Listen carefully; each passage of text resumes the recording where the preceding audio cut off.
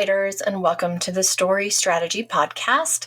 I'm Nancy Smay from Evident Inc., also known as Delancey Stewart from USA Today best-selling rom-com fame. Not fame. At any rate, I am here today with a slightly different format for you. In the past, we have offered lots of how-tos, basically craft-focused information about writing your book, about marketing, about understanding your comps, and creating your blurb, all of that good stuff. Today, I want to take a slightly different turn. And I think I'm going to back up a second and kind of give you a big picture update of life in the Smay/Stewart household. I'm in a weird place. I have been writing as Delancey Stewart for 10 years. And while I have enjoyed some success and I have been very happy with my career writing steamy small town rom-com, I feel like I am at kind of a pivot point. Not the kind of pivot point where I'm like, oh no, I'm so burned out, I can't do this anymore. Nothing like that. In fact, it's more just kind of a creative awakening in a way. I've realized that I have more time to devote to writing. My kids are getting older. I am now working at home full time for myself about 95% of the time. I still freelance for a couple of brand identity and marketing companies because that is kind of my secondary love and has always been my professional focus, which has been super helpful developing brands for authors as well.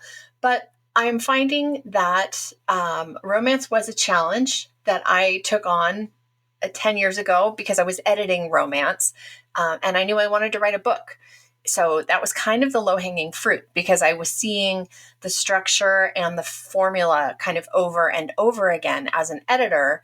And I felt like as a writer, that would be the easiest way to begin. I understood the tropes. I understood the story structure, the need for conflict and how to fit it in. And when I say I understood these things 10 years ago, I understood the idea of them. It took me many, probably more than most people, years to figure out how to actually write a good story. I would like to think that I have mastered it to some degree at this point. It no longer feels like a muscle that I haven't used before. Instead, every time I sit down to start a new book, it feels familiar at this point. And that's not a bad thing. And I'm going to lean into that, especially because my hockey rom-com series is doing well. And I'm not going to run away at this point. That said, I have been wanting to learn something new. I think in the same way that I get a wild hair now and then to take up piano or go to a ceramics class, I want to learn a different genre. And I've toyed around in lots of different romance adjacent genres, but my first love as a reader was cozy mystery. I didn't know that's what it was. I was just reading Nancy Drew books and Agatha Christie books, but that's what it was. And I have always read mysteries and thrillers before anything else. To this day, I don't choose to read romance most of the time. I read so much of it when I'm editing for other people and coaching that I have a good feel for where the market is most of the time without having to scan and read the bestseller lists. But when I read for pleasure, it's usually a thriller or a mystery novel. So that seemed like a natural fit. And I have been having a really good time building a new website, creating a new list, doing all of the things that come along with becoming a new writer. And I'm launching a pen name, Nancy Stewart, to write cozy mystery. And I'm really excited about it. And I even talked to a story coach yesterday because I had been looking for me, basically, except I'm only a good story coach for romance because I've been doing it so long. I know how it works, and I can help you work through your plot questions and make sure that the conflict is strong and that your characters are relatable and all that good stuff. but I needed somebody who could walk through the red herrings and the clues and the actual crime, and like, does this make sense, and do I have enough suspects, and all of that kind of stuff that I never think about. And being a not plotter, I'm not a pantser. I don't know what I am, but I'm not a plotter. It's hard because if you think about it, a mystery has to be very logical. And so I get to know my characters as I'm writing them. And I wrote about half of this book and then ran into a wall and realized that I needed a little bit of guidance. So I had a really fun conversation with a cozy mystery expert yesterday, and I'm off and running again. And it just feels so refreshing to be looking at something totally different.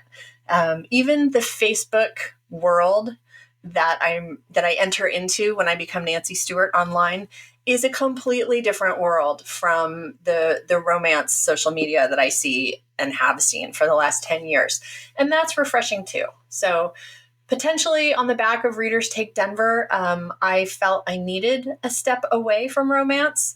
And it wasn't the romance community that made that signing difficult, but it played into it a little bit. Or maybe it just all kind of accumulated. Is that a word? Accumulated, I guess, to make me realize that I needed something else. So with that in mind, I think that this podcast is going to become something else as well. Part of that is because, Dawn Alexander is off doing Dawn Alexander things, which are all wonderful and exciting, but she is not on a weekly podcast with me at this point, and we're not discussing story together. And though that makes me sad in some ways, it also opens the door for new opportunities. And I think that one of the things I most love to hear writers talk about is their process. Everything from, where do you get ideas to the actual doing of the thing. And I think that those types of conversations are always so useful, especially not even especially to new writers, but to all writers, because it goes to show that there is no one way to get this job done. There is no one way to thrill and delight readers. There is no one way to market a book or to create a book. So I think that we're going to kind of step behind the curtain and talk to some writers on a weekly-ish basis about their process and other things. Kind of writer bullshit. If I could just call this anything, I'd call it bullshitting with writers. So today, the first writer that we're going to bullshit with is me, Delancey Stewart / Nancy Stewart. So I'll give you kind of a taste of what we're going to run through with guests who I will be having on, if I can get any of my friends and acquaintances to agree to do this with me.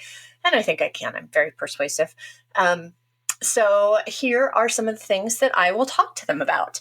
The first thing that I will probably want to know is kind of, how did they get started? Who are they? What do they write? Where can we find them? That kind of stuff. So you guys already know all of that about me. You know that I have been writing for publication as Delancey Stewart for about 10 years, focused in the last 5 for sure on steamy small town rom-com.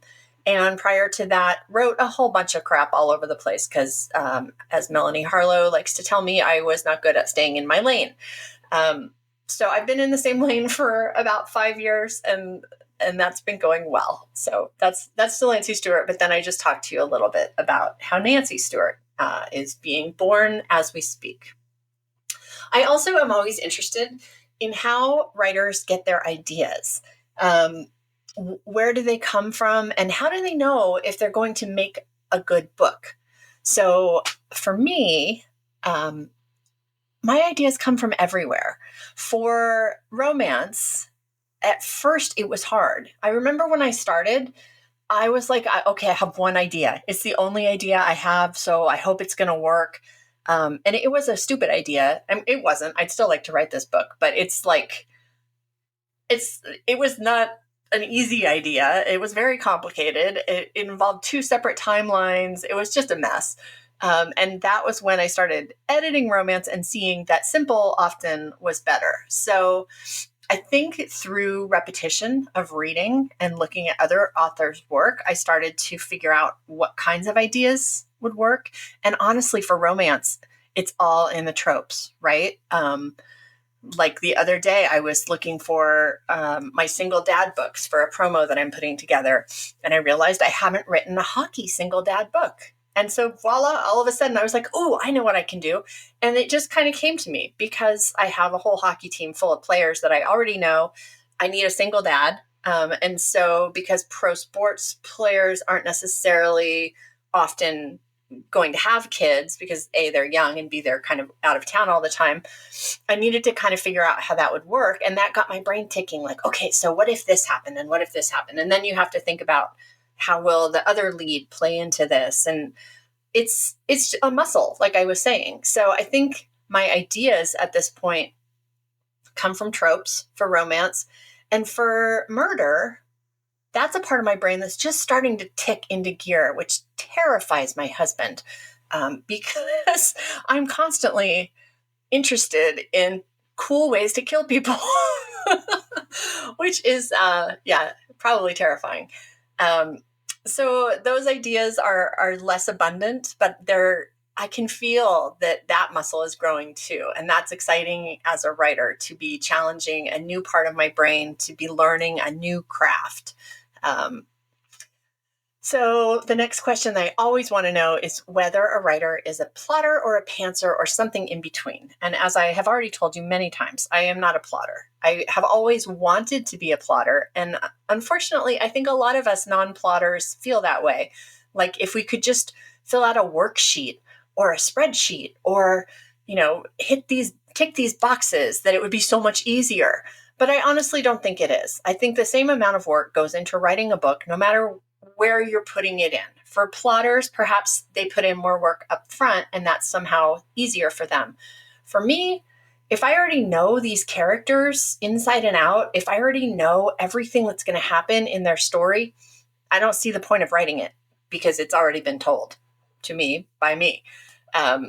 So plotting is boring to me, and I just can't make myself do it because it takes all the fun out of being a writer. And if writing isn't fun, then why the hell would I do it? So I'm somewhere in between. I know what's going to happen in the book. I know the setting. I know enough about the characters to get started with them, but they tell me a lot as we go. And that's the fun of it. It's a little bit like magic to me. And I worry about tweaking that too much because I might mess it up and steal the magic. So that is why I am not a plotter, because I'm superstitious, I guess. The next thing I want to know from myself is, how has the process of imagining a book and then moving into actually writing the book changed for you over the years? And for me, the answer is pretty easy. It's gotten faster. I can usually, if I know what the book is about and I've done enough thinking about the conflict and the wounds and the, mystery is a whole different animal, so I can't tell you really on that side yet. But for romance, I can put a book together in about 60 days, which isn't super fast. It's also not super slow. If I had to, I think I could get out 6 to 8 books a year. I think my comfortable process is more like 4 books a year. But as soon as I'm done with one, I'm working on the next. So I like to say that those processes kind of layer. The thinking, the not plotting, the planning is happening even as I'm finishing the production on the previous book, if that makes sense. So there's always one coming. When I don't have one going on, I feel like a slacker, like I have dropped the ball and need to get back on the horse. Maybe I can use 16 more cliches here to explain what I'm trying to say. And do you do any kind of market research at the ideation stage? And my answer is absolutely, oh my God, yes, a lot. And I know that there are writers who are like, no, my ideas are my own and I don't want to go see what's selling. Like that would take all the fun out of writing the book. I'm writing it because I'm an artist. I am very much not that. I want to sell the books. I want them to make money. I want to make sure that I am delivering what readers are looking for because this is my job. And I'm not lucky enough to have, independent income that allows me to write whatever. So yeah, especially starting a new genre, I spent months researching, reading, looking at the market, looking at covers, understanding titling conventions, trying to figure out what the tropes are, which tropes are for who. And then there was another layer, because I really think that a lot of my Delancey Stewart audience will pull, because the reader demographics are very similar, between those who I know read Delancey Stewart books and those who read cozy mystery in the subgenre that I'm looking at. And I've already talked to so many of my readers about this change that I'm making, and whether they're going to take a chance and read a mystery, or if they already know for sure they're into mystery. So yes, a ton of market research, before I will really start writing a book, because I don't want to pour 2 months into something that I can't sell. All right. The next questions that I want to ask my writer friends, are about process, sort of the how do you actually do it? Because I find this so interesting. You guys know that I have worked with Melanie Harlow a lot on the editing side. I'm one of her editors. She has a bunch, but she writes in vellum, which it just blows my mind, because it's not really a writing software. It's a production software or a formatting software, but that's her process. It works for her. I write in Scrivener, and there's so many different ways to use Scrivener. It's like the Atlantic Ocean, and I have scooped a bucket full of water, and that's the part of it that I'm using. But I think there's so much more that it can do that I don't even know about. And honestly, I don't care. It works the way I need it to. So every chapter is, not a folder, but like a file inside of a folder. The whole manuscript is one folder. I'm not very complex about the way that I do this, but I do like being able to drag those around and add a new scene in here very easily, and cut and paste. I did find out today that if you cut and paste from Google Docs, when you paste it in Scrivener, it's just a whole bunch of question marks in boxes. The words are gone. So don't do that. There's probably a way to do it. I'm not that smart. Or actually, it's more like I don't care. I don't really need to be able to do that. I had an idea, and that was what I was trying to do, but it doesn't matter. Anyway, so I write in Scrivener. And then I do my reread in Scrivener as well. When I read it myself several times afterwards, I will sometimes print it and then do a hard copy read, with my editing eyes, because it helps me step away from the writing, being in front of the keyboard, and focus more on the editing. Because I'm old, so when I got my first job out of college editing, it was hard copy, and I had to learn all the fancy editing marks and everything. And so I think when I have something in front of me and a red pen, my brain just kicks into okay, you're not writing this, you are editing this. And I get a more critical eye. So after I do that, I will throw it into Word. Actually, I print it from Word. And then I stick it in something called Perfect It, which is an editing software that I use in my business as well. It catches stupid things that I wouldn't catch. Consistency. It edits to the Chicago Manual of Style. So if there's a preferred usage, then Perfect It will use that usage. Things like backwards shouldn't have an S for CMOS or for common usage at this point. And most of us use backwards instead of backward. So little things like that get caught on that round. And then I send it to Dawn, usually Alexander, who is my developmental editor and romance writing coach. If I ever need help, I chat with Dawn, because I can't remember which book it was, but I dedicated one to her. And I think the whole dedication was just because she knows how to do magic, because I came to her with this book and was like, it's not working. And she was like, all you have to do is this, and it's fine. And magic, it works. I think that's my most popular book. I want to say it's Grumpy Goalie. So thank you, Dawn. But you need somebody like that who can, all she does for me, I mean, it's a lot, I shouldn't say all, is she gives it a good read. And then she gives me all the big story notes like, hey, so this guy was going to do this, but he never actually does that through the whole book. And you leave the reader hanging, stuff like that. She catches all my plot holes, inconsistencies, things that I thought were a great idea, but are not. She also flags words and phrases that I get very attached to. And it turns out every book has a word or a phrase. When I wrote Shaking the Sleigh, this was my favorite one that I got attached to. She came back to me. It's a Christmas book. And she was like, I would not have thought that it was possible to use the word festooned 11 times in a book of this length, but you did it.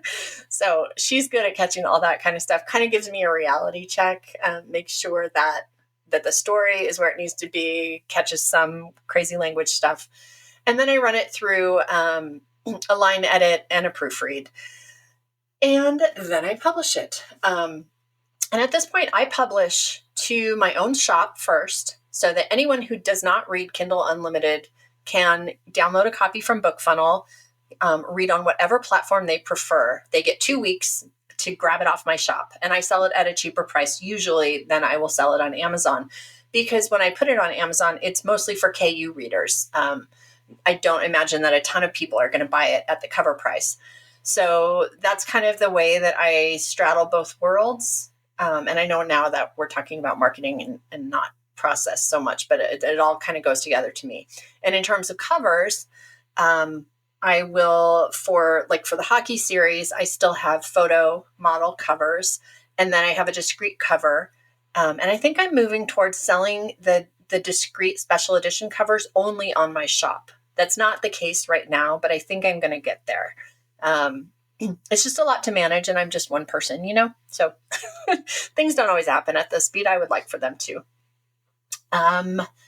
Let's see. How long do you take to write a book? We talked about that. Is it a linear process? For me, it is. Start to finish. Yes, that's how the book gets written. I am not good at dancing around. I do it when I have to, like in revision, but it stresses me out. It makes me feel like there are parts I will forget that are still hanging out. And so that's a me problem. I do use beta readers, and I have an ARC team that is like my final proofread. They always catch the final typos. They're amazing. There's about 100 of them.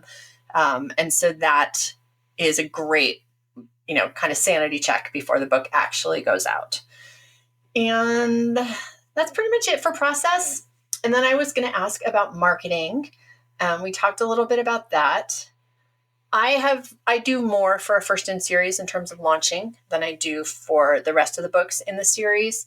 And sometimes I'm just lazy, honestly. And I have enough of a backlist now that if I'm promoting my backlist, then I don't know. I'm lazy. That's all it is.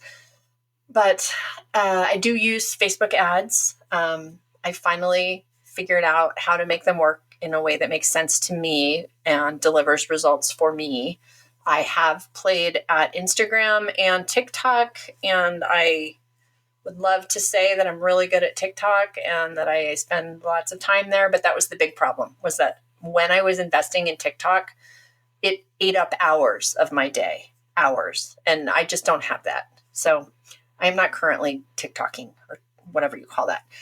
Someday, perhaps. I know for mystery, it's kind of an open opportunity, I'm hearing, because not a lot of mystery authors are doing it. So potentially it's in the future. I have more marketing questions, but I don't want to talk about marketing. And the last questions that I have are on mindset. So trust me, when I have another author here, it will probably be more fun chatting. I get bored talking to myself. So I will go into marketing with other authors, especially because part of the reason it's not exciting for me to talk to myself about marketing is because I think this is the place where we always, all of us, feel like there are things that we could be doing that we're not. Because you just don't have the time to do all the things. None of us do. And even though I have a PA who is amazing and does anything I ask her to do more competently than I can do it, I still can't do all the things. She has a life too, evidently. So she can't do all the things for me. And I think there's so much control that authors need to keep over their marketing, especially.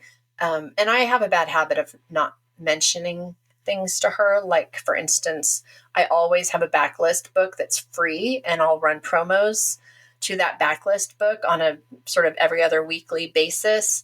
And I sometimes forget to tell her that there's a free book and which one it is. And oh, by the way, that one that was free last month is no longer free. So maybe stop mentioning it. I'm bad at that kind of communication because I think I'm just used to doing everything myself. But anyway, the last thing I was going to talk about with whoever will be here next time is mindset. How do you keep yourself excited about writing? And I think this was kind of one of the things I was talking about at the beginning of this episode. New challenges are important, I think. Even if your new challenge is a different trope, something that you've never tried, or you're going to do a retelling for the first time, or, giving yourself a little bit of a challenge. I remember when I wrote, I had a duet. It was Happily Ever His and Happily Ever Hers, which became the first 2 books in my Single Tree series. But initially, it was just this random thing I decided to do. I wanted to tell the same weekend from 2 sisters' perspectives. And I wanted to have those stories so intertwined that it was almost like a mystery. Like, you didn't see certain things from the one POV, and you had to get the second book to see those same events in a different way and understand the full picture of what was happening over the weekend. So that was a challenge that I set for myself for absolutely no reason whatsoever, except that I think I needed a challenge. And it was fun and it was hard. And I had to, one of the hardest things I think for writers to do is keep track of details from one book to the next. And that challenge required it. So I won't be doing it again. Let's see, what else? Do you have a community or attend conferences? So a while ago, I was very involved in RWA. I became might have been the vice president. I don't remember exclusively because that was the year that our chapter of romance writers kind of suffered a lot of drama, and there were things that needed to be adjusted. And I was on the board, and everything blew up, and it just was kind of crazy. And so it wasn't pleasant, and it was more like a crisis management situation that I found myself in. And while I think it was what happened, and you can certainly find information about this online if you're very curious about the drama, but what happened needed to happen, but it was just a lot of interpersonal dynamics and conflict, which I am the most conflict averse person you'll ever meet. So it just wasn't my happy place to be. And it really soured me on the whole organization, which kind of exploded after that for the same reasons shortly after our chapter imploded. So that was my community. And honestly, most of the writers who I know now, I probably met at some point through RWA. Although I also reached out, I've never been shy about reaching out to other writers on Facebook. And so I did join a little community, a decade ago, of writers who at this point are almost all pretty well known and very successful. So I was just really lucky to find those ladies and to be included. So I have sounding boards when I need them. And then I do attend conferences. I haven't done as much lately, but this year I'm going to go to NINC, which I'm excited about. And I'm going to go to CozyCon, which is Becca Symes, R.L. Symes is her cozy name. It's her Cozy Mystery Conference. So I'm very excited about that. I've been to her Strengths Conference. I try to go to 1 or 2 things a year where other writers will be, where there will be some time for hanging out and chatting and friendship, because this is such a weird career. I have other friends. I have lots of other friends, but I can't talk to them about writing. Like, they understand what writing is, but they don't understand this world that we all live in. So I think community is super important, and conferences are a great way to find it. I do read craft books, not as often as perhaps I should, but when one comes out that everyone's talking about, then for sure I will read it, especially because I spend so much time counseling other authors on craft. So I try to stay on top of those things, at least read, the Cliff's Notes version, if nothing else. And what do you do to maintain your health? I am a huge Orange Theory fitness addict. So I go to three to six classes a week, depending on what's going on. And that's like a HIIT style workout. I turned 51 this year. So maintaining bone density and muscle mass are my two goals in life. I've given up on vanity, not completely, but a lot. I used to work out because I was vain and I wanted to stay slim. Now I really don't care what the scale says. I do care what it says in terms of muscle mass, because I know as we age, that is the thing that women really need to focus on. And I watched my mom die last year. And one of the things that was really striking was just how thin and frail she had become. And I know partially that's inevitable, but I learned some lessons that I took to heart. And so eat a lot of protein and fiber, lift a lot of heavy weights, and revel in the development of muscles that I haven't seen in a while. And that is kind of how I keep my mind clear and my body moving. And I think that's it. So those are kind of the things that I want to go through with other authors. Hopefully that will be interesting to you. If you think it will be, I would love to hear from you. If you have other questions that you really want me to ask people or specific authors you want me to try to chat with, please let me know. Any feedback that I get from you helps make this feel less like me just chatting at the camera and more like us building a community together. So do get in touch. You can reach me at Evident Inc. There is a form on the site, or you can just email me, Nancy, at Evident Inc. It's EVIDENTINK.com. You can also find me on Facebook, or at either of my author websites, DelanceyStewart.com or NancyStewartAuthor.com. I hope that this has been fun for you. It was fun for me. And I will see you again soon. Thank you. You can find story writing tips, tricks, coaching, and courses at our site, www.evidentinc.com. Get live feedback in our writing community at Facebook at facebook.com/evidentinc, and find past episodes of Story Strategy at our YouTube channel. Story powers the world, and we can't wait to help you tell yours.